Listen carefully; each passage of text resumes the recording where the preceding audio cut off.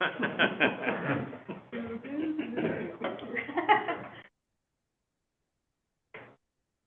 right, we are back streaming, so we are returning to regular session now, and so up next is discussing candidate Jason Curtis for the OSBA Legislative Policy Committee position 10.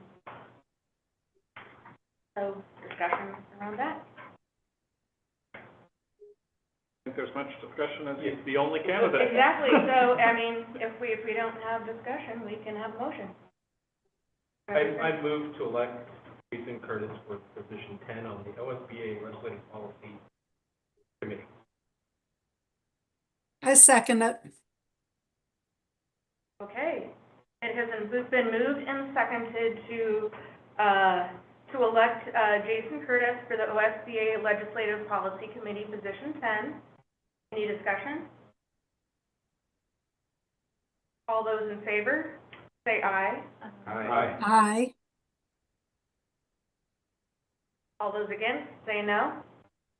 Okay, we have unanimously chosen to elect Jason Curtis for Legislative Policy Committee position 10. And then next up is discussion regarding position 10 on the OSBA Board of Directors position 10. I have a question. What is this? So we're in a public meeting right now, and we're getting ready to have a discussion about two candidates, and then we're going to vote.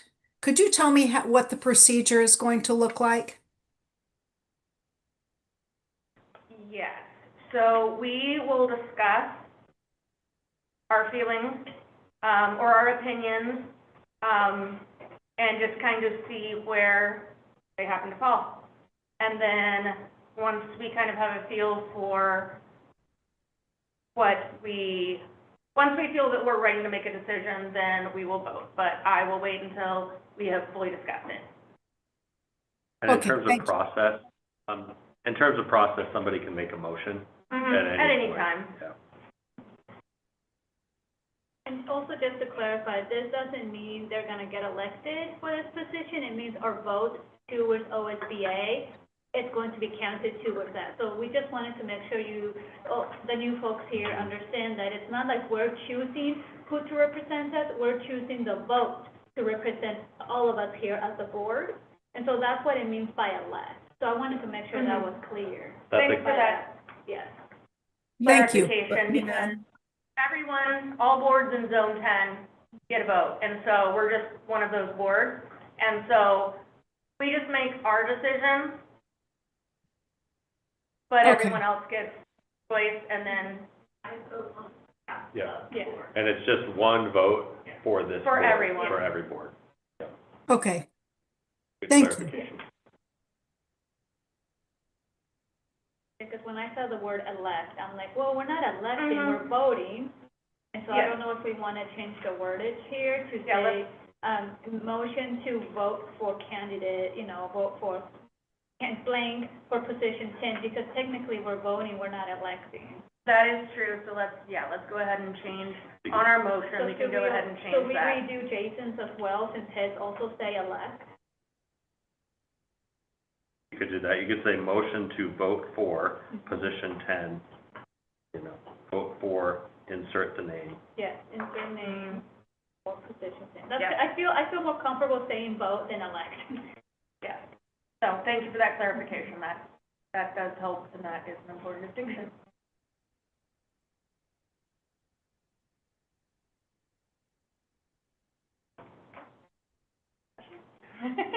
Like, I'm waiting. I don't want to hug the conversation. I guess I'll start. I guess. So it's wonderful to see two candidates again. I believe that we're the same candidates as last year. I do say, looking at the information presented, and weighing who I would like, again, this is my personal opinion, on who I would like to represent us. I feel that Louis Whitebear is doing a great job in representing Region 10. I feel like she is very much in tune with what's going on in Region 10 and advocating for our needs, both in the legislature and also her as a board member with Corvallis, and being really a voice that at times has been not represented in spaces. So I do feel very strongly about having Lukui Whitebear represent our region and continue representing us, because I do feel like even looking at her credentials and her amount of time being on boards and her advocacy skills, especially right now, where funding has been an issue and will be an issue because of a threat to our public education, I feel like she would be a great candidate to fight for students' priorities. So that is my opinion. Again, I'm welcome to hear everybody else on the table. Yeah, I feel similarly. Yeah.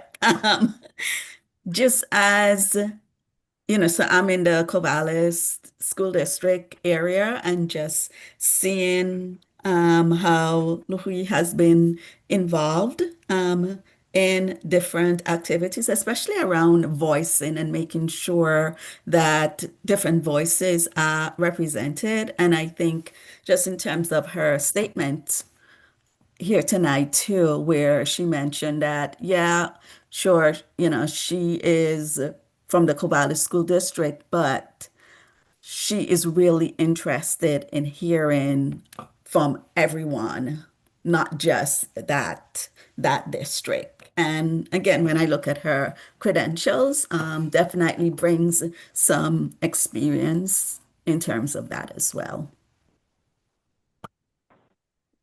I personally appreciated her mention of advocating for or raising the cap of 11% for special education funds, because from my personal experience in schools, that is not adequate in many, many situations. So that was something that I liked. I agree with that, and I believe that shows her awareness of the other districts besides Corvallis that she is representing. I also feel like I'm informed by what she has done for us in the time that I've been on the board since July. Totally agree, concur with the sentiments of Louis. She's the incumbent. We have some experience with her. She's been kept us updated. I like her focus, and clearly she represents the entirety of District 10. Every reason to re-elect her, vote for her again.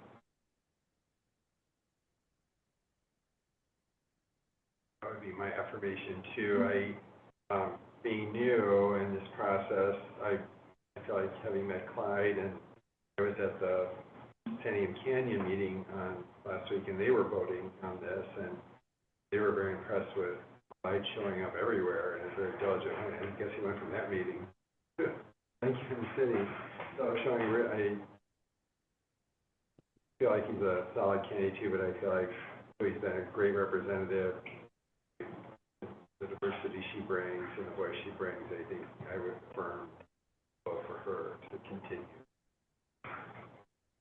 I don't disagree, so if we're ready, I'll just make a motion to move that the LBLESD board casts its vote for Lukui Whitebear to the OSBA Board of Directors, position 10. I second. All right, it's been moved and seconded to vote for Lukui Whitebear as a candidate for position 10 on the OSBA Board of Directors, position 10. Oh, that position 10 was in there twice. All right. Any discussion? All right. Those in favor say aye. Aye. Aye. Those against say no. All right, it has been unanimously approved to vote Lukui Whitebear for position 10 on the OSBA Board of Directors. And so for a point of process again, Lisa has a form that OSBA sends out to executive assistants, and she will cast these 2 votes on your behalf to OSBA. Thank you. All right. On, so now we are to board reports, and under that we have the OSBA Fall Conference report, and then after that we'll discuss whatever anyone else wants to share for reports. So. I can go first. Fantastic, thank you. I think I ran my back. All right. All right, so I made copies of this because I thought it was such a wonderful tool. One of the sessions that I went was with Engage to Change. It was about equity and what that meant. And this one that I shared with the board, I do have 2 extra copies for staff if they would like to see it, but it says Roles in Equity, Liberation, Justice, and Solidarity. As you know, I believe, like, I'm a JEDI leader. I'm a Justice, Equity, Diversity, Inclusion leader. So for me, this was, like, very, like, appreciated to see in the educational setting. And so here it has, like, categories where you as an individual see yourself as. And he really did a wonderful job explaining how all of us kind of encompass part of this, but there's some aspects where we might be more drawn to, where we, like, are able to, like, what's the word that I'm looking for? Represent. Like, for me, I'm a disruptor. Like, I love being a disruptor, and I tell that my kids know. Like, they know. I love to shake things up and really bring up conversations that are uncomfortable. And so for me, it's like, oh, I'm a disruptor, but I'm also a visionary. So I see aspects of myself and 3 of these, so I wanted to share this with you all. Here, I'll skip it too fast so you guys can see it, which I thought it was wonderful, just the way he explained it, and here too, there's, I don't have too much copy. There's like a question on there that talks about, it's a 2nd page as a scenario. And really, it got us all talking and like working through, like, where are you as an individual based on these categories, and how to answer and how you would answer this question, right? So, I don't want to read it. I'm going to take a lot of time, but it really, I felt like out of the whole 3 days I was there, this was one where I'm now going to take with me, even in my own personal life, not only in education settings, but I really much appreciate it. So, like, I think at one point I would love him to come and, like, present to us for training or even for his service. I think his work is very, like, what is this? What was the person's name? Rakeem. I can look it up in that. I know his first name is Rakeem. That's why I was like, hi, Rakeem. But yes, I'm sorry. Like, I know his first name. I don't know his last name. That's enough. I can find it now. He's on the Ula app. He's in the Ula app. I'll send an email out to everybody just with who the person's name is. Oh no, actually I have it. I will email it to you, Denise and Lori. I made enough copies for all of us here in the room, and I totally forgot. I was like, I should send it digitally, but I will send it also to you, Lisa, to have as well.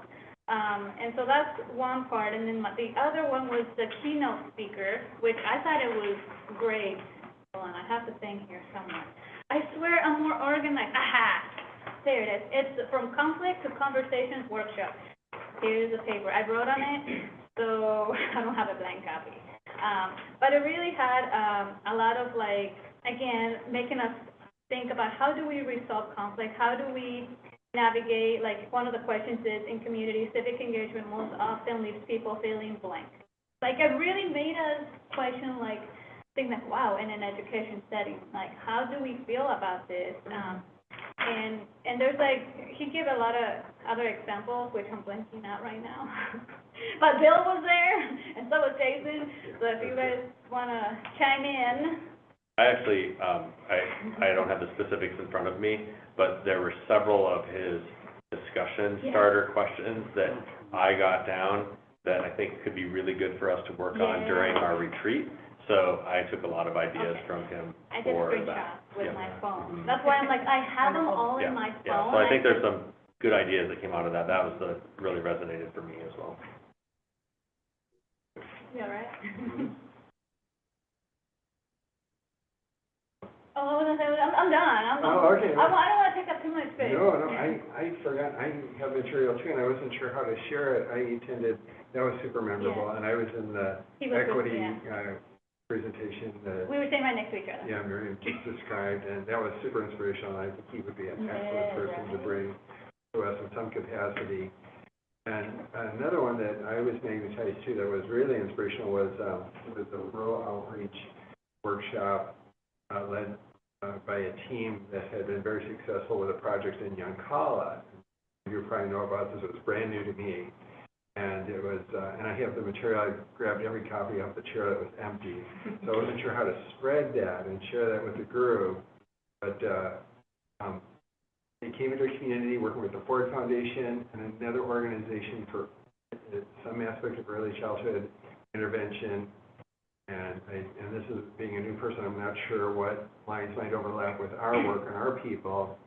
But we came into the community of Yoncalla, and they're having, they wanted to impact the lives of children at an earlier age, pre-K, like we do with early intervention and early childhood special education. And they came to the community and said, hey, we are ready to help you get a preschool going or some sort of pre-K. We don't want that. So they kind of got rocked back on their heels, said we're going to have to step back on how do we stay engaged, and well, what do you want? And they eventually ended up accomplishing a really remarkable pre-K program in a building that now has a waiting list to get into, but it took 5 years. And they started building relationships with the community. They started having community gatherings, family nights, with date night, where they would get adults together with childcare, get folks to talk about, how can we care for our children. And so they were very off-putting. The community was very off-putting about, oh, we don't want these outsiders coming in, but the outsiders became part of the inside group of the community in a way that was really remarkable. And the material I have is really, I'll share that afterwards, and yeah, you can share the material. If you bring it to Lisa or me, we can get it scanned and sent out to everybody. Yeah, so that's easy for us. I'll give it out of my briefcase. But that was very inspirational. Most of my zone is very rural, and I don't know what their needs are, and so I hope to find out more about that. But this was really remarkable. And then last week I attended the San Diego Canyon School District, or the school board meeting, Nancy there, and that I'm present, and yeah, that was drinking out of the fire hose again, but yeah, and I agree with Mary's assessment too. So that's the end of my report. And I just emailed it to you, Lisa, and to Denise, and that's what I was, it's sent. Thank you so much for sharing. Yeah, no, it was actually it's funny because I've been to the OSBA conference. I think this is my 5th or 6th time. I've gone pretty much almost every year since I've been on the board. And I do got to say this one I like more. Melvin. One, because of the sessions that they did offer. I feel like there was a lot of I was able to take away from it. So I really appreciate it. So yeah, no, I'm definitely I would say please circle where you are, legit on the visionary role, just saying, eye-opening. Yeah, I'm excited to check it out more. That's really interesting. I hadn't thought about it in that much detail, so thank you for sharing. And the thing I liked about that when he presented, sorry, I'm Yeah, no, go ahead. is in my work over 30 years, I made the mistake in my leadership of being a poor leader because I felt like I had to figure things out first by myself. And this was a reminder, no matter how big things are, how challenged they are, you don't have to be alone. And you'll never accomplish it alone. And you don't have to be one person that's Messiah or whatever. So that was good. I wish I had gone to this 25 years ago. Well, as I was talking with Miriam out at dinner, I have to remind myself to start thinking like a board member because I go to these things and I'm very geared towards the board secretary side of things to make my board as effective as possible. So I'll work on that. That's my commitment. But I do have to give a shout out to Tim and his team. It's always nice when you go, and I'm very fortunate to get to see our food service team from Lincoln County at lots of conferences and things. And there's just something about when an organization you're associated with has a booth or gets to be a presenter, you just walk with a little pep in your step knowing that those are your people. So, thank you for being there as a vendor and all the hard work you do and representing LBL as well as you do. Amen. Yeah, I mean, I forgot to take my picture. I went back, I was looking for I was like, where's Bill and Eddie? I went around, I couldn't find them, and then time went by. But yes, I wanted us to take a picture in front of our booth next time. Thanks for sure. Thanks, everyone. Anyone else? Yeah, I wanted to share. So I continue to follow the discussion around Corvallis School District and school closures, and the board did make a really, really difficult decision to close an elementary school as well as a middle school, and they'll be having future conversations about the high school. I think a lot of people are having, a lot of families, of course, and children are having, it's hard. The decision was hard. It impacts so many people, and I wondered about the SD and how that might affect us. I wondered, and this is not a conversation we need to have now, but just in terms of my wanderings, like as we talk about the decrease in our population, like what impact is that having on the ESD, even in terms of our different zones, what's happening in those areas, our zone population, are those things decreasing? So just a couple of like ponderings around the school closings. I can share a little bit about that. So, and we certainly can get into this more in the future. Overall, when you look at enrollment in our region, we are down about 3,000 students regionally from where we were 5 years ago. And really, the short version, Denise, is that the impact it has is on direct funding as it relates to our resolution dollars, which if we look at Tier 1 and Tier 2 funding, those resolution dollars, it's about $20 million, about 21 million, isn't it, Rocco? About $21 million. And so when you have less students, there is less money that comes in.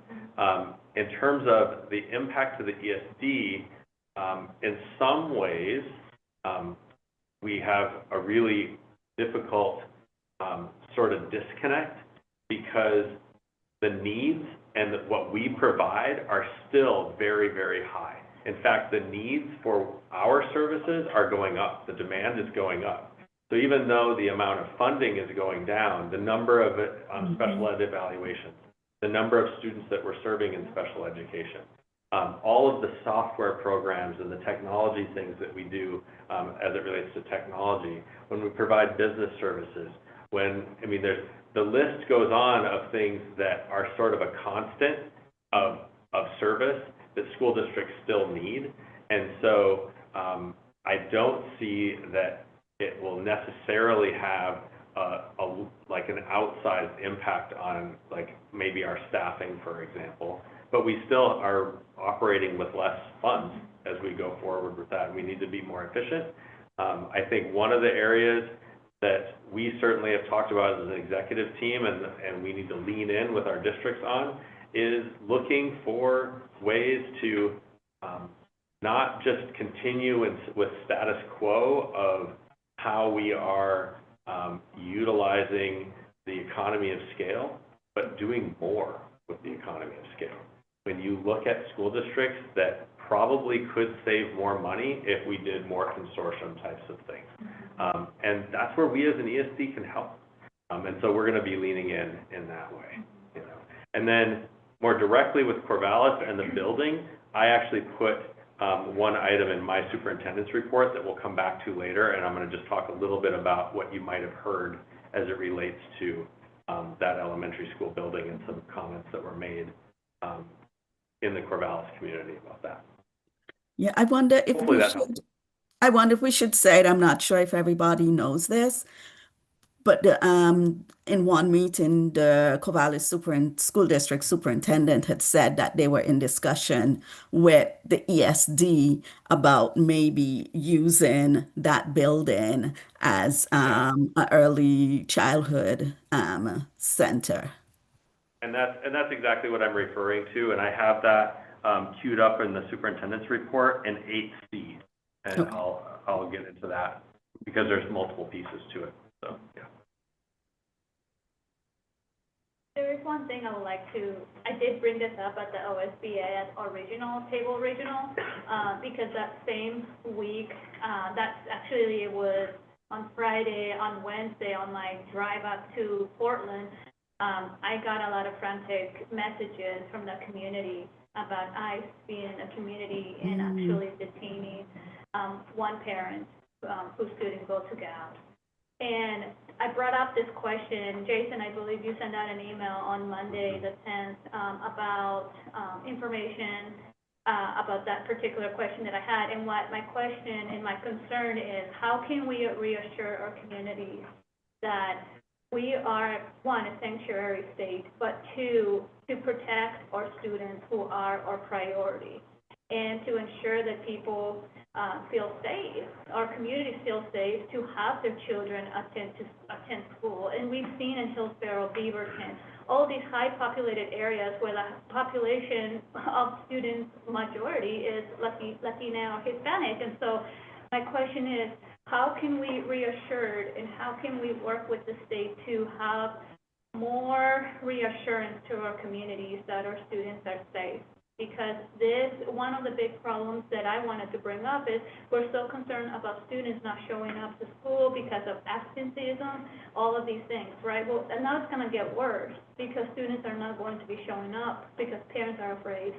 And so I just want to make sure we have a discussion in the future or ongoing about what that means as an agency and how we can support our school districts and providing the information as it becomes readily available and what we can do to support our communities, because our communities right now are hurting and they're in fear, and that impacts learning.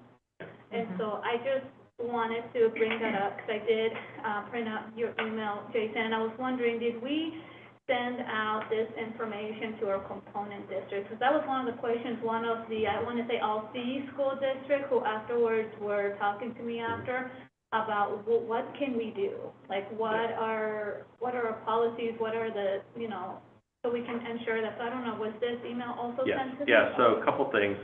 First, just winding back, the information that I sent all of you in that email, honestly is, it might be new news to you, and that's on me for not sharing with the board. However, some of you are new to the board and you wouldn't have heard it because a lot of that work was being done back in January and February with superintendents. And so in terms of sharing of information, there were actually multiple regional superintendent meetings and superintendents with our state level meetings that talked about all the things that I put in that email that were done months ago, and sending information out to families about everything that you just said.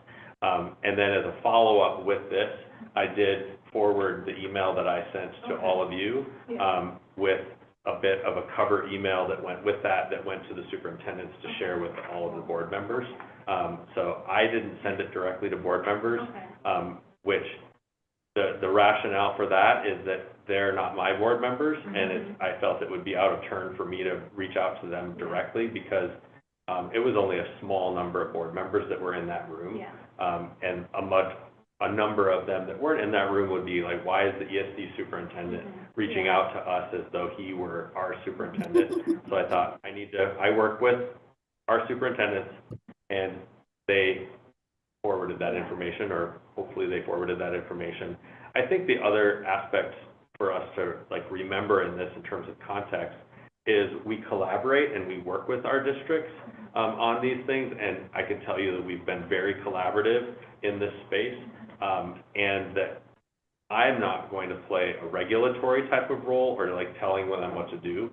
We often will have times where families will call the ESD office and they will basically tell on one of our school districts expecting that somehow we are going to do something in that school district because they don't necessarily understand that we don't oversee those school Yeah. districts. Like, I don't supervise our area superintendents. They report to their own boards.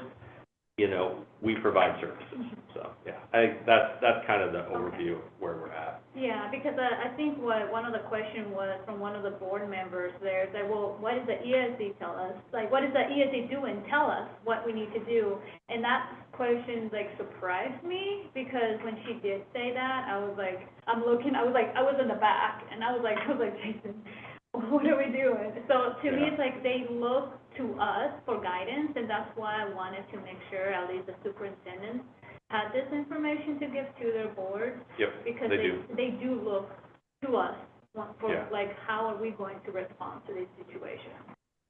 Yeah, I would say that's a yes, and yes, they do in that way, and yet we also, as a group of superintendents, of the 13 superintendents, including myself here, very much are in a collaborative space around these types of things. And while some of them look to me as, you know, hey, can you give us some advice or thoughts about this? There are others that are very confident in their own response and everything else, and they're not exactly looking to me for guidance. Yeah. It's more of a collaboration, which is exactly what I want with our superintendents, is to always be in a collaborative space. Mhm. I think it was I'd a like 5 to alarm. make a, I Go wanted ahead, to, Lori. it's from my many years in rural school districts. It is amazing how, because the ESD, because tiered dollars get sent to the consortium, and there's so much help that comes to a district, there is a perspective that the ESD is kind of a font of knowledge, and there's professional development. There's so many resources that the ESD provides. It would not surprise me that a rural board member might think, well, what's the ESD doing to help us? I mean, I can see that point of view. What I can appreciate, Miriam, about you bringing it up is that it was a 5-alarm fire in January, February, like you mentioned. Every Zoom call, every bit of consultation between ODE and all of that, and at least for our district, everything went out. I led training for school secretaries from the moment somebody you don't know buzzing the door, maybe asking questions, to all of that. But unfortunately, time can make us complacent or make us blind. So it's good to bring this back up, that it is still going on, and that we may need to send the same stuff out again, because it's been months. So, yeah, that was good. Absolutely. I just wanted to add, from my perspective, is working in schools, on the day that there was like the heavy activity in Albany, the messaging from the district, I felt well supported as far as like what the procedures that the school follows if anyone comes onto school property, like what the school will do. They're not allowed on without like a specific court order, and so that was clarified. And also just strong messaging about like what to tell the kids, that you are valuable members of your community, you are safe here. There was a lot of strong messaging around that, and so as an educator, I felt supported by the district, and I felt like I was getting good resources for dealing with just a really difficult situation that kids are having just really big feelings and just a lot of confusion and fear about. So I felt well supported by GAP. I think my only thing that I wanted to add was, like we need to, when we talk about supporting families, that, there are families who are immigrant families that people don't always think about as being immigrant families, because their population might be smaller. And we also need to remember that these things are impacting them as well. Thank you.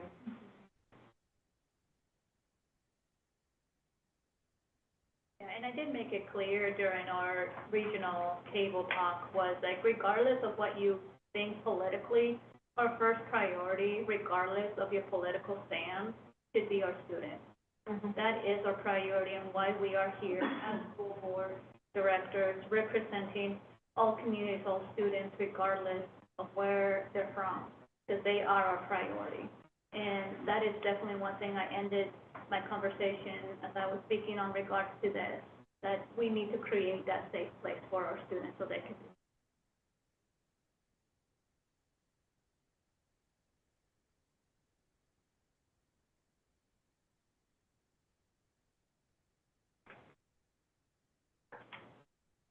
Sorry, got lost in my, okay. Number 4. Oh, yeah. Should have been, sorry. Okay, and so I just wanted to address the, and we sent out lots of emails in short order.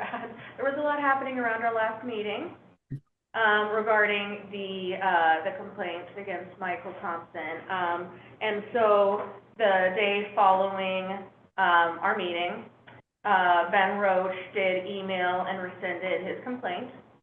And so, and we messaged that via email. So just a lot going on that week. And so we are going to go ahead and just, close that. We're not going to pursue an investigation, since the complaint has been rescinded. And so we feel that's the most appropriate way, to move forward, and that is what Ben wanted to do. Michael, I commend you for handling it the way you did with him to finish this off, because it sounded like you both had a good conversation, Yeah. came to a resolution. Yeah. That models the behavior we would want for anyone, is to resolve the issue and put it to bed. Thank you, agreed, thank you. I thought it was pretty neat to see how you guys were able to find common ground and something that you could both stand for together in order to resolve that. Absolutely. Yeah. Thank you.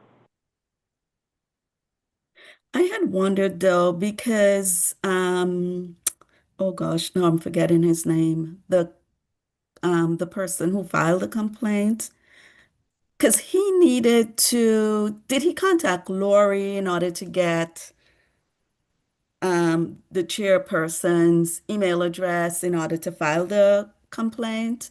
Is that what happened? Because I know sometimes when I look at other like school districts, when I look at their website, that you could directly find their emails. But I noticed that for us, that's not the case. And I just wondered why. Because I was just thinking, like when someone has a complaint, just thinking about the ease of reaching like the chair. So in this case,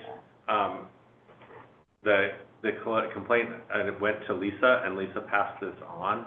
And the short version is, and Tim certainly could elaborate on this, but we have pulled, now, really, Lisa's email address, and actually not even my email address is on here, but Lisa's email address is the only email address that we publicly have on our website at this point. And the short reason for that is it is about cybersecurity, is that the more email addresses that we have on a website, the more that nefarious cybersecurity people can reach out and send things to staff members and board members. And all it takes is one click for there to be an incident. And so that is something that our cybersecurity team had recommended. I think we're in, year 3 of not having emails on the website any longer, so that is the reason. The route then allows it to go through the board secretary. She will always route that, and then we only have one sort of point of worry, and Lisa, like the rest of our executive team, gets a lot of training around being able to look at emails that are appropriate to, click on links and or attachments and things like that. Yeah, and you'll see that if you start looking at school district websites, a lot of school districts have have taken down email addresses, and that's the reason. Thanks, Lisa. I mean, if they really Thanks for your wanted vigilance. to contact us, it really just is very easy. It's like first name, Dot last last name, name, dot yeah. last name at, and then you have the, Yeah. you know, LBL that. So if you really wanted to contact us, you would know how to contact us, but this also prevents like people from just copy and pasting directly and then sending us phishing emails, because I know before I was getting a ton of them to a point where I was like reporting every single one. And so I appreciate it, not dealing with that, so thank you, Tim, and your team for that. So I think if people really wanted to contact us, who want to contact us already have our email. Yeah. And two, it's really, really simple, if you just take some, that common knowledge. And most of it's automated anymore, so they just have a bot that scrapes our website for the email addresses and starts sending emails, so taking those off is affect quite a bit. I know we're on the sidebar from the original point, but I'm wondering if, I'll speak for myself, need some sort of training. I received a text today saying, hey, Jason, I see you're selling your house, I'm really interested in it. And I'm not selling the house, I'm not Jason, but I had text with Jason, so I'm like, what level of compromise is my information or my phone? Yeah. And I'm very careful about not opening stuff, so I don't know. So one of the things that we did last year, I think last year was the first, maybe we did it 2 years in a row, I can't remember now, but we're planning on as well is we will have a cybersecurity training during your retreat, during your board retreat. We actually had our cybersecurity director, Richard, come and speak for about a half an hour and talk about phishing emails and talk about some of those types of things. This is a whole bird walk, but things have gotten very sophisticated, and there's a lot of risk that's out there. Yeah.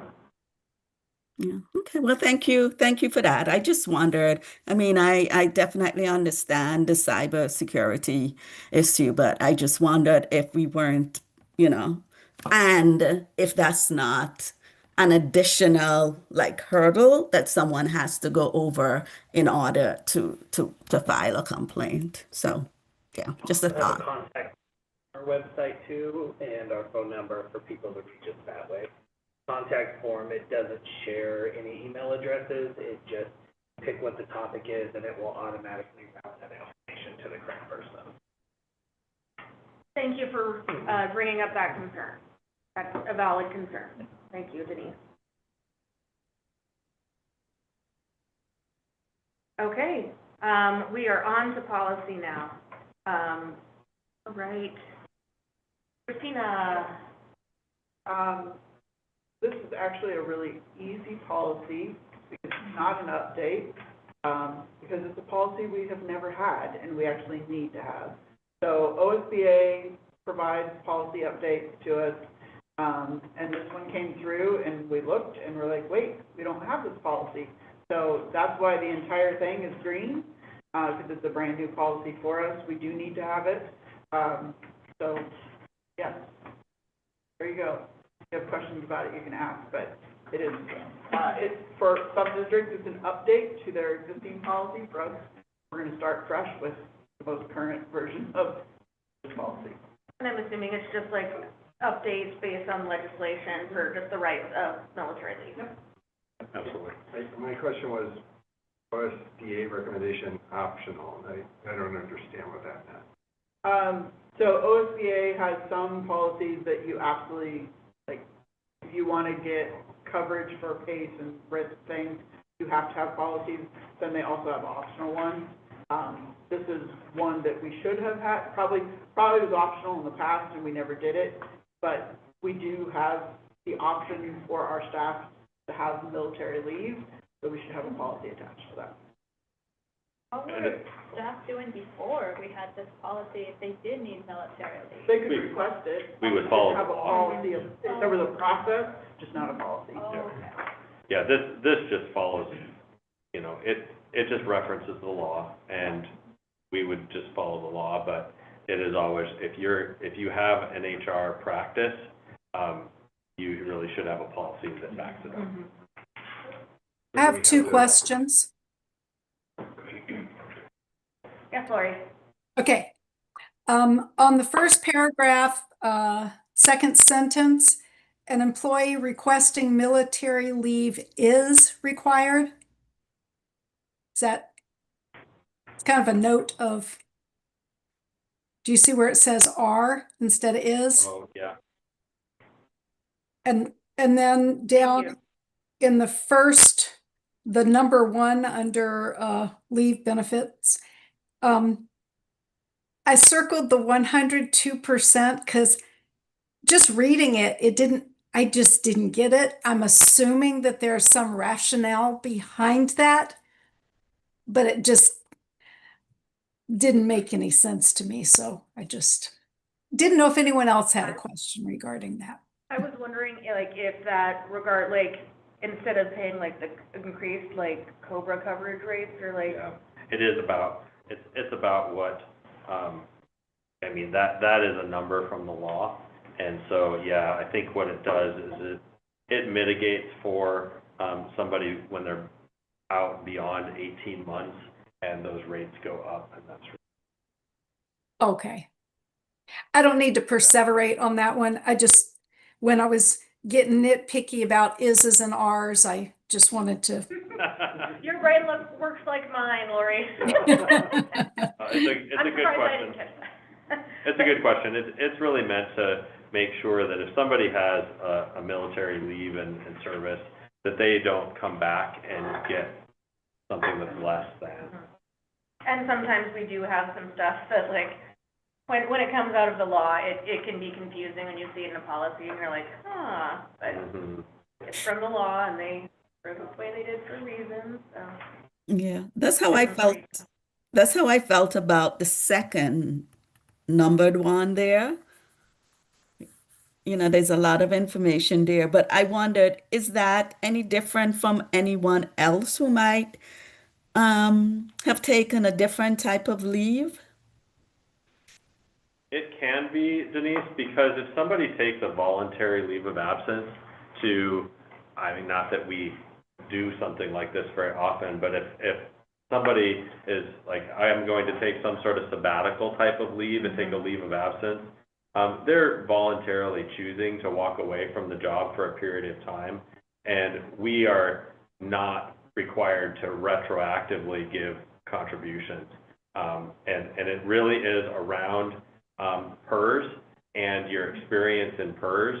You're only allowed to give experience in PERS for actual months that are worked, and the exception is for military service. Got it. So that Okay. it doesn't hurt somebody that is serving as some type of military personnel and then losing out on their PERS contributions.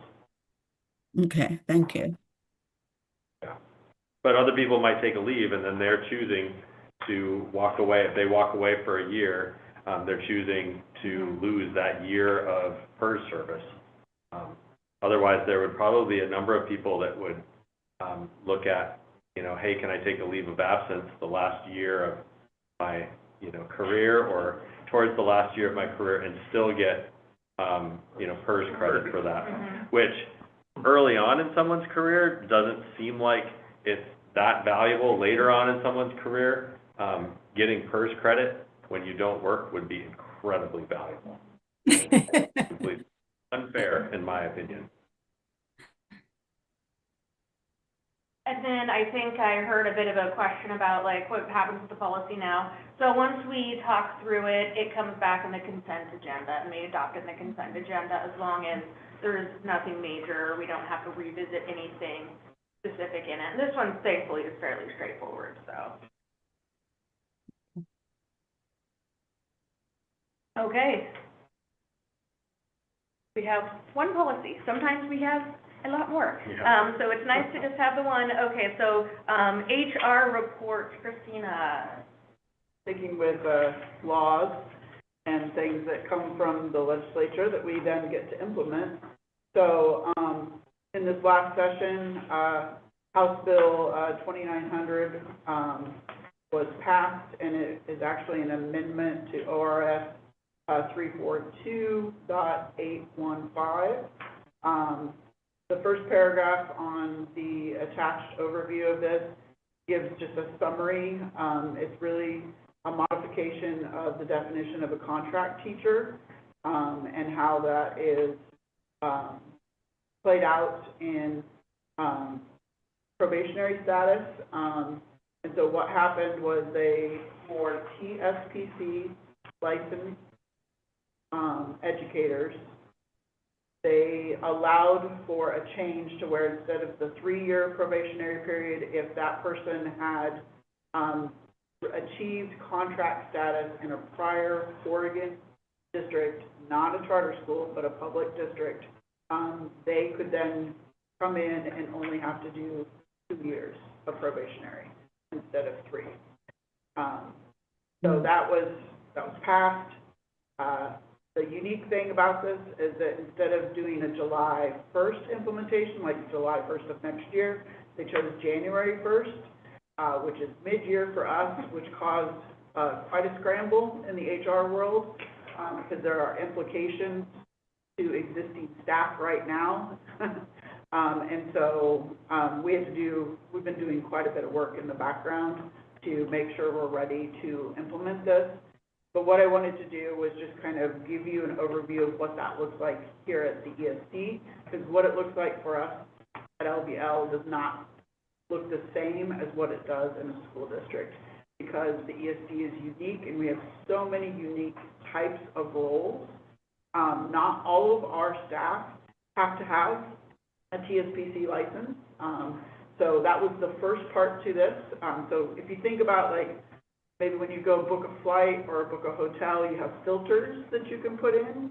That's what I want you to think about this, like a filter that we're having to do. So the first part of this is, well, what job roles in our agency require that TSPC license? And so we just listed those out for you so that you can kind of see. There's a lot of other job roles that are either board certified through other certifications or don't require certifications at all. And then the next filter that you add in is, then we're only looking at staff who had that successful 3-year contract status someplace else in an Oregon public school. Charter schools do not count for this. And out of state, they came from out of state and they've made contracts, that doesn't count either. So for me, as an example, if I was still in a role that wasn't administrative, I would have qualified for this because I had made contract status in my previous district. So then we filter it again one more time because it does not apply to administrators, doesn't apply to classified staff. If we have someone that doesn't require a TSPC license, so a physical therapist, they have their own licensing board, this does not apply to them as well. So what we did is, the very first thing we did was we went and looked at everybody who currently was on our books as either a probationary 1, probationary 2, or probationary 3 employee, and had to go back and look at their, basically their personnel records to see how many years of experience they'd had in prior districts. So we had to do hand file looks, and we had probably about 25 people that fell into that category. When you apply all these filters, we're down to 10 people altogether. And 8 of those are currently probationary 3. So I call these my Cinderella pumpkin folks, because as of midnight on December 31st, they will meet contract status. So what we wanted to make sure, because typically they meet contract status in March with the big March rollover renewals and things like that. So we wanted to make sure that these folks were people that we wanted to move to contract status without doing anything other than midnight hits. And so we asked all of our program directors and had meetings and said, hey, are we good? Are these people good? And we got thumbs up on all 10 of all 8 of them. So that's exciting for them. So in the contract status, they probably won't even know about it. It just magically happened for them. And then our probationary 2 folks that are currently, just one of them that this applies to, in March, they will automatically make contract status instead of having to go to a 3rd year. And then we have one probationary one person that, instead of having to do all 3 years, next year she's gonna go from, this year's she's a probationary one, and magically, she'll be a probationary 3 next year. So she gets to skip forward, on that. But, you know, it's, the biggest thing for us from an HR perspective is now as we hire people in, there's gonna be one more thing that we have to verify. There's already a handful of things that we have to go back to previous districts and verify. So the whole HR world in the state is kind of looking of like, we combine all 5 of these things into maybe like one form or one database. So we're doing some problem solving around that. But I just wanted you to be aware of this because if it came up, people ask questions like, what happened? You know, we are still going to have a lot of our employees that are going to have the 3 years because they don't fit the filtering for this. And then anybody that comes in brand new still gets all 3 years. And then adding to this, just for process for you all to understand, when we come to you in March with all of our HR memos that recommend who's going to contract status, who's moving from one probationary year to another probationary year, we will still articulate, we'll probably have to break this out in the memo, but we will articulate those people who achieved contract status on January 1st as a separate part. And then those people that would be hitting, or the ability to hit contract status next year and in March, they would just be on the regular, we're recommending them for contract status in that memo. So you will still see those memos in March. The March 15th deadline for that still exists. It's just a shortened number of years depending on people's experience. A question, Christina, is there a mechanism so if someone not doing well in their probation, can it be extended, or does it become at the end of the probationary period they might be let go, or what's the practice? So there is a mechanism to extend. We typically do not. We typically choose to not renew if we have someone in that situation. Because the mechanism to extend requires agreement between that person and typically their union representation. And so we would have to agree and they would have to agree. And a lot of times associations and that person don't really want to extend that. They want to just get it in there. And the other thing that we typically do is if we see somebody that we would recommend for non-renewal, in terms of process, those conversations with those employees actually happen around this time of year. We start those conversations even before this time of year because they know they're struggling, they're not doing well by, getting some poor marks on an evaluation in the prior year. We have those conversations, and then we'll have those conversations again with them in January that give them full notice that, unless these things change, if we don't see a change, then we would recommend them for non-renewal. Many staff members choose to resign rather than be non-renewal.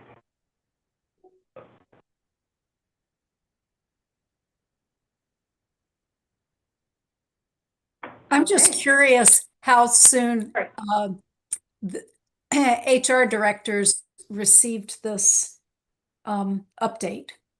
When did they get it? We knew it was potentially coming through with the legislature. Like, we've got folks that kind of track all the personnel stuff for us. So we knew it was coming, and then I think the first PD about it happened in July, but it was really fresh.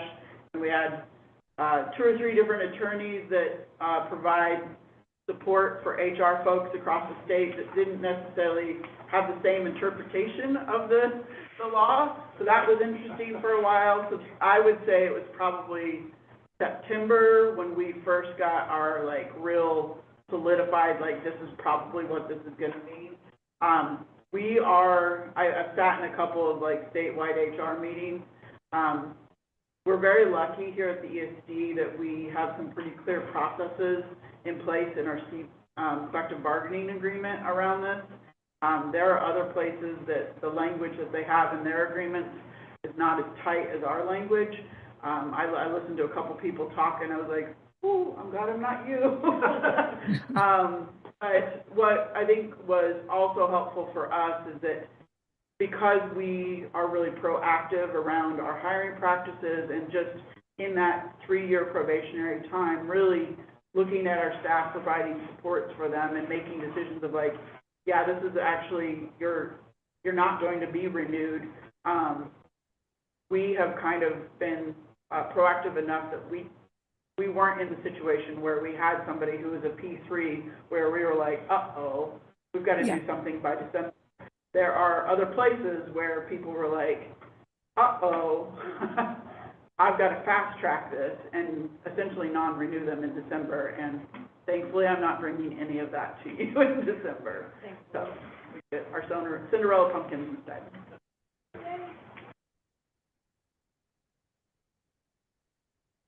Okay. As long as we don't have any more questions, which questions, totally fine. We're going to move on to everyone's favorite part of the night, That's right. the Rocco Show. That's right. So the magic trick here today is I'm going to convince you that us spending $5.5 million in the month ain't no thing. So, for those of you who have been on the board for a while, this month is going to look kind of familiar to you. And if you haven't, it should really look like an anomaly. So let's start with page 27 here and take a look at what's going on in revenues. So when we look at the general fund, we took about $1.1 million in. That's essentially the state school fund and interest. Very little happened in any other fund than the special revenue fund. And you're going to see there's that $1.9 million for Medicaid that came in. We're going to put a pin on that number and look down in expenses as well. So let's flip down to the next page on the expenditure report.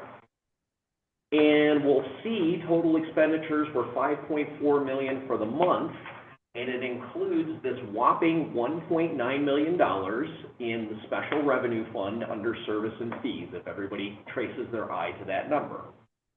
So what on earth is going on here? We run Medicaid administrative claims for our districts. And so essentially what that is that we go out and we assist them in doing Medicaid administrative claims where they're able to get money from Medicaid for services that they provide normally through a survey system. When we do that, we have to front a certain amount of cash. So this term on here, we fronted $1.9 million of cash. We sent it out for the claim. We record a revenue and we record an expense at the same time. This month, November, same thing's going to come in. We're going to get money back in. We're going to record more revenue and we're going to send money out to our districts. So you'll see large expenditures going through. Most of it is cash just passing through the ESD. It's not like we went out and spent $1.9 million on salaries and wages. So this will hit, the full cycle hits about 3 times per year for us. I will call it to your attention each time. I am happy to sit down and walk through the mechanics with anybody who's dying to go through what this is. But this is a large thing that happens. I'm going to put one more point on this as well. Is that each and every year our Medicaid administrative claims amount has grown. And so this current year, because I'm tired of coming back to the board and saying, I need more room, we're going to pass more money through to our districts, but we have to expand our budget in order to do it, I threw a whopping $9 million in there and said, good, we'll never deal with it. And Nancy and her team, if we repeat what just happened in this in this 1/3 term on here, I will be coming back to you and asking for another like $2 million of appropriations because our districts are going to get more monies off of Medicaid. So There. So Because next they're that year, good at it. I'm going to put like $22.5 million in there and see if she can do it to me again. So. Other than that, everything else that happened financially within the period was pretty normal. Let's scroll on down for the sake of time here. 2 things I want to call out for you on page 29, notes payable. Our $77,000 interest payment for the note actually went out today, so we'll mark that down as executed on next month's financials. And taking a look at the cash report, we ended up with $19.3 million. We are holding steady. You will see if you scroll down to page 30, when we look at our cash trending report, you'll see we got those big balances that came in, and we are spending that down over time. We'll see a little bit more of that in November. In December, we're going to get our big tax payments in, and the balance is going to rise up again. Interest rates are holding steady, but eventually are going to teeter down a little bit. And unless anybody has any questions here, we're going to call me more efficient than Christina. Oh, there we go. So, and Those are fighting words. And I'm assuming that because we have the negative 1.5 million on our year-to-date net position report, but I'm assuming that is because we're always a little bit delayed on. So that is actually, you'll see the beginning balances that we have on there right now, they're all recorded at zero because we don't record our actual beginning balances until we close audit. Okay. And I always am cautious with that year-to-date position. Our revenues and our expenditures do not come in simultaneously on there. So yeah, you can see wild spikes of revenues being high and being low. Those ending fund balances are accurate one time per year, and that's on June 30th. And then because I just having been here for a few years. Yep. Just kind of seeing that happen before, so that's what I was assuming is not to worry for now because it's going to even itself out eventually. It's going to bounce up and down, absolutely. I Just kind to of, clarify, not Umpqua anymore, it's Columbia. It's Columbia now. Okay, Yeah. well, that needs to be updated on this one too. I But it still says yes, I Umpqua. can. I can Okay. update that to Columbia. And is it just did the bank change? Yeah, or- acquisition, okay. yeah. Okay, that makes sense. Yep. And I think, Lori, did you have a question? no. Oh, I did. Oh, sorry, yeah. Thank you, Denise. I wanted to give you a chance to ask. Yeah, just wondering, the notes payable, because you mentioned that, is this money owed? Like, how do you explain that? Yeah, we have, so when we went to do the renovation of the building, we went out for a full faith credit bond. And Okay. that's paid off over time, and so we record, there's an interest payment that occurs halfway through the year, so that's the $77,000. Okay. And then later this year, we'll make another roughly $78,000, around June-ish, we'll make another $78,000 interest payment plus a principal payment at the same time. Okay, got it. Okay, thanks. Mm-hmm. I appreciate the memo at the beginning. I read that a little more sense than reading all the numbers, so thank you. Exactly, it gives a narrative. I like the executive summary there, it's very good.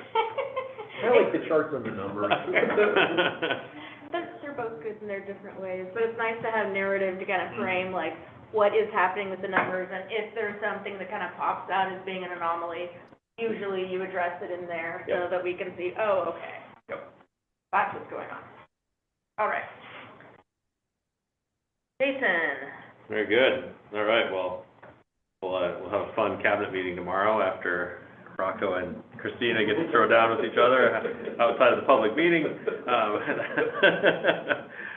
going to run through a number of things here. To start with strategic tasks on page 32, I just want to point out two areas that of note for this time. On the first one under objective 2, where it says number 5, we actually started a new program that Rocco and his team have worked on, and actually I'm going to give credit where credit is due, but our new, now I have to make sure, our new specialist, Venus, and help me with the last name. Anderson. Venus Anderson had worked on putting this LSP Express program together for our District Tier 2 reporting, and it's really a smooth program once it's all set up. And Venus did a great job of working with Rocco on putting all that together. And so Rocco and his team got that all set up. We actually completed our final fall visit with Lincoln County earlier this week, and it all went really well. So kudos to Rocco and his team, and thank you to Venus. And then the last one that I want to point out is just knowing, and this is a reminder that Nancy and I are attending component district board meetings. I know that several of you are also going to component district board meetings from time to time, and so I think this one is just worth bringing up periodically so that we show our component districts how much we care about them by showing up. And so that's what I wanted to share there. And then the next thing is we actually have budget committee appointments. And so we have one vacancy in Zone 7.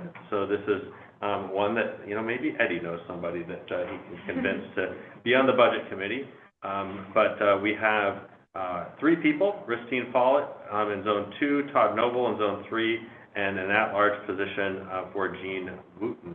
And so with this, I actually need a motion to approve these new budget committee nominees for this coming year's budget preparation. I move to accept the listed budget committee members. Okay. It has been moved and seconded to approve the budget committee nominees. Any discussion?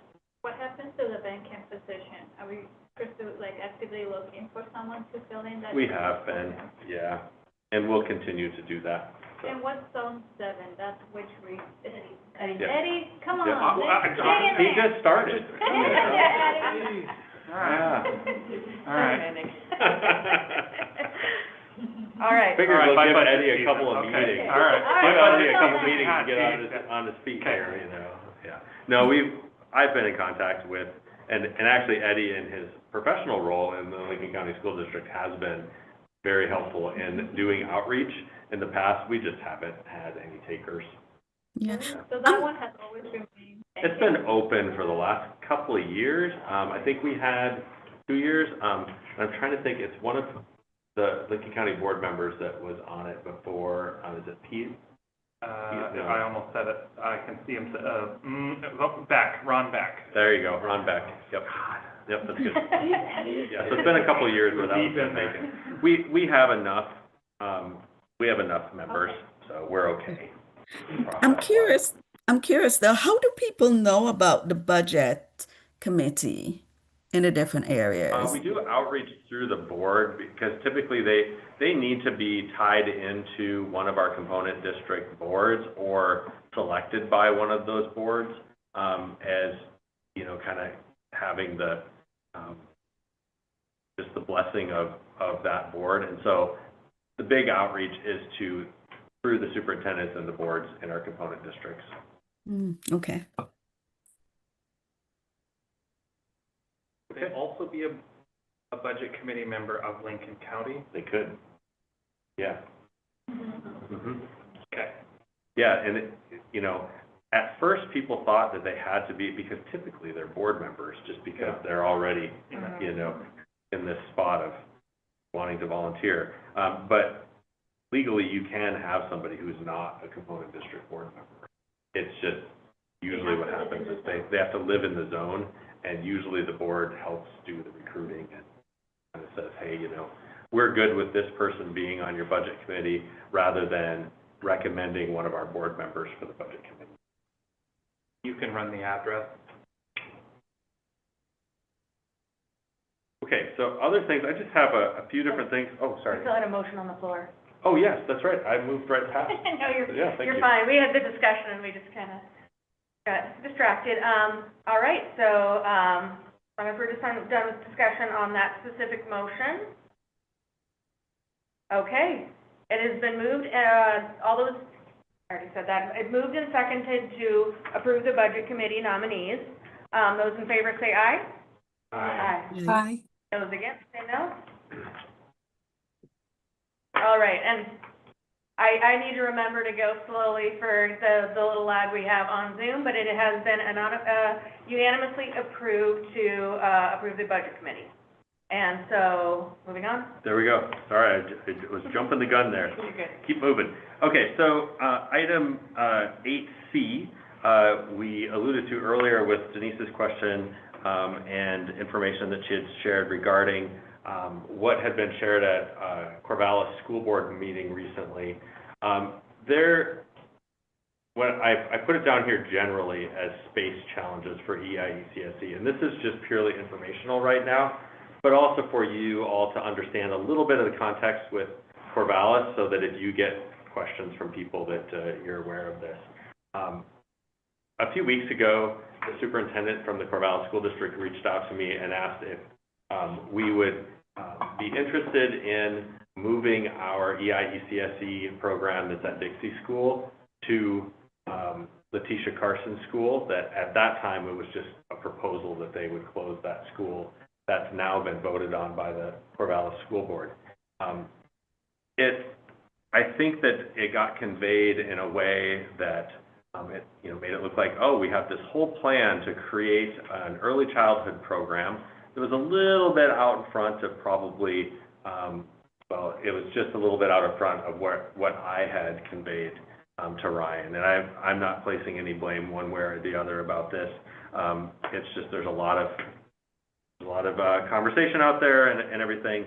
But really what I shared with Ryan is that that's an intriguing idea to move into a building that is newer, it's updated, and it could be a really nice space for our kids to be in, our kids and staff to be in. However, I also said that I would just look at exploring this because it's complicated in that a number of the students that we have at Dixie School are not just Corvallis students. They're actually students from Lebanon. The vast majority of them are actually students from Lebanon. We have students from kind of the southeast Lynn County area, from Harrisburg, from Central Lynn, and out even, there's a couple of students that are kind of in that Lebanon Sweet Home sort of area. And so we're still looking at this as a possibility. However, we need to look at this holistically. And so that's where I'm working with staff and looking through the possibilities of if we can solve the challenge of space on the east side of Lynn County, it could actually be a really viable thing to move the Dixie program to Letitia Carson School, for example, if that's what the possibility is. But currently, if we just took that same group of kids, I don't feel comfortable having a whole bunch of those kids sit on a school bus for another 30 plus minutes to get to the north side of Corvallis, because that school is on the north side of Corvallis. So in addition to that, we're also exploring some space challenges, on the east side of Lynn County because of, we have one classroom at Crawfordsville, the old Crawfordsville Elementary, and that is a building that is owned by the Sweet Home School District, and we're working on finding some different space within Sweet Home. And so I'm working with superintendents on space in Sweet Home, potentially space in Lebanon, so that we can have kids that are going into EIECSE classrooms closer to their house and have smaller bus rides. The other thing just of note is that there's parts of the Crawfordsville school that have been closed off to us because they had a rafter in the gymnasium that broke. And so parts of the building are actually not safe to occupy any longer. So kids are having to, walk outside to go to a different part of the building, and it's not a good situation. And so we're looking at space. And if I can make it work so that, we can actually have space around winter break time, we're going to look at see if we can move that classroom at winter break. So that's just kind of the lay of the land right now. If you hear conversations around, we're in a collaboration to do an early childhood center, I would say, yes, we're in exploration of that. Because there's a lot of pieces to it, and so I'm very cautious about how we label that. So I'll stop and see if there's any questions regarding that at this point, but just informational for you. Well, I think a decision like that, it should come to the board for discussion and further exploration. I don't think this is just a decision the superintendents can make, in my opinion, because one, it's gonna be related to cost, and us, the board, I just feel like this should be something that be a continued discussion with the board Yeah. adding input. So that's why it did catch me off guard when I did see that comment, because like it came to me as I haven't heard anything, and what? And so to me, it was like, whoa, let's Yeah. pump the brakes So- here. So I will have it be something that we will talk about. To clarify though, this does fall into the purview of my operational, authority. It is not a decision that would incur anything more than $150,000. And it's actually not a board decision. So it's not something I'm gonna come to the board and say vote on. We have entered into lease agreements with Lincoln County, with Greater Albany, for space, and those have not come to the board. So I'm keeping you in the loop because I think there's politics in this, and I think it's important that you're aware of the politics in this, but in terms of a decision, I won't be bringing it to the board for a decision. So just to clarify that. Okay, no, and I Yeah. appreciate the clarification. Again, if it falls over the threshold of the amount that you're allowed to make a decision. Most definitely. Definitely, but I still feel like the board needs to be aware of these discussions happening, because if one of the component districts asks us, hey, what's going on? And I'm like, I'm not able to answer that because I don't know anything about it. It doesn't look good as an agency that the board is not notified. So I just would like to be, included in the conversations of decisions that are being made. That way, if our constituents also do come to us for these questions, then we're able to actually have somewhat of an answer. Yeah, absolutely. Yeah, and this is not me throwing anyone under the bus or anything like that. But prior to this meeting, anything that had happened, we talked about, there was a couple of phone calls between me and the superintendent. That was it. And so as we have things like this that hit the radar screen, I will bring them to the board as we are able. Quick question, who Yeah. owns the Dixie School property? Corvallis does, actually, yeah. And currently, we are leasing that school from Corvallis for $1 per year. But we have a long-term lease with them, and the stipulation in that, being able to lease it for $1 per year, is that we actually take care of the building. So there's responsibility, there's capital responsibility with that. And, if we can move to a facility that that's a much nicer, more updated facility, it would make sense if we could. And thank you for, I was just gonna clarify, Jason was doing his due diligence and communicating that, in that particular situation, I think the communication mishap was more on the other superintendent, so I just wanted to clarify that. Yeah. Jason's It was a little bit of it just ran out there, and I think that, giving grace to, Corvallis leadership and the whole process and everything is, there is high anxiety, and there's a lot of tension right now. When you're talking about closing schools and making those big budgetary decisions, Brian Noss is in a really difficult spot. And, I think that different things get said that's, maybe not quite the way that I would have said it, but we're all human beings and we say things in a little bit of different way sometimes. Yeah. Jason, I'm glad that you clarified that because, of course, I live and I'm active, right, in the district that we are talking about. And I've definitely gotten some questions from folks, And when the comment was made too, it threw me a little bit because just the previous meeting, I'm forgetting her name, Tina, when Tina was here and was talking about ECSC, like a similar question came up. And so it just felt like, wow, didn't we just have a discussion about this? I wonder what happened in between that meeting and what, Ryan Noss is saying. So thank you Absolutely, for bringing us up to Absolutely. date on all of that. Absolutely, yeah. And it just happened to be that it was literally like a 24-hour period.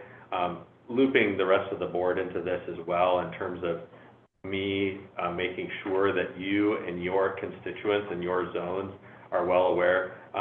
Denise and I actually had a pretty extensive text conversation as well as phone conversation about this, where because she did hear from a number of constituents that were concerned and wondering about this. So I spent time talking with Denise about that so that she had, the knowledge that I had about the situation. So, okay. Ready to move on to another one, unless there's questions. Okay, so the next one is just a point of process, but because there are new board members here, and I think it's important that we continue our development as a board superintendent team, I want you to be aware of the local service plan review process. So that's what LSP stands for. I think you all know that at this point. But we have the LSP process that's going through. Actually, this Friday, I'm meeting with superintendents to look at just a very minimal revision to the local service plan for this year, basically. And when I say minimal, I mean things like we changed the dates on things. We updated who's on the board and people's pictures and who's on the administrative team and their pictures. And so it's really a pretty minimal sort of review process. However, statute says that we need to vote on a local service plan every year. And then after we vote on the local service plan as a group of superintendents, the 12 component district superintendents, then that will come to the board. I'm hoping that I can bring that to you at the next meeting in December. Sometimes I don't quite get the vote from the superintendents in time, so then it comes to you in January and it shortens the timeline a little bit. But after you vote on it, then we send it out, Lisa sends it out to all of the executive assistants for all 12 component district boards, and then each of those boards vote on it.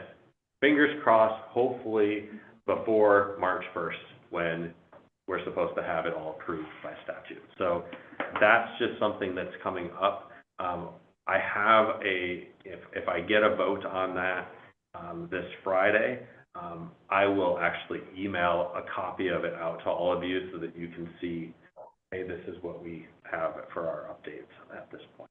So, any questions about that one? Okay.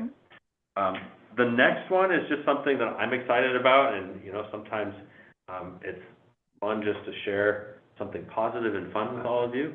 But I sent out an email recently to our staff. It was about a week ago, and I've been working through responding and scheduling and everything else, but asking our staff if they would be willing to have me come and job shadow them and spend some time out with our staff members, learning a little bit about what they spend their time doing.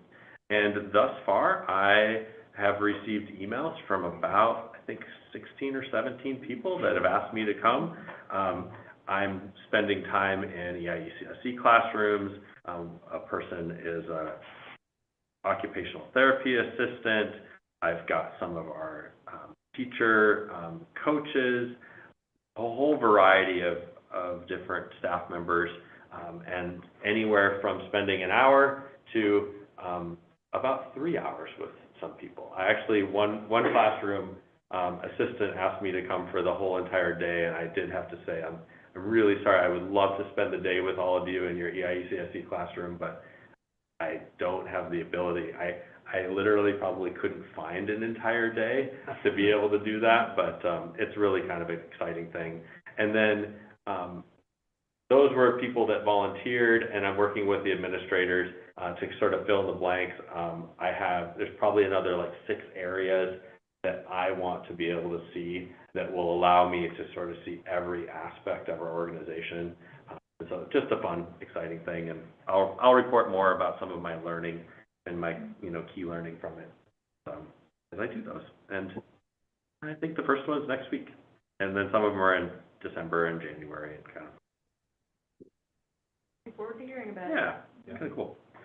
The next one is customer satisfaction survey. So one of the things that the ESD has done in the past has to send out a customer satisfaction survey to school districts and school district staff regarding our services.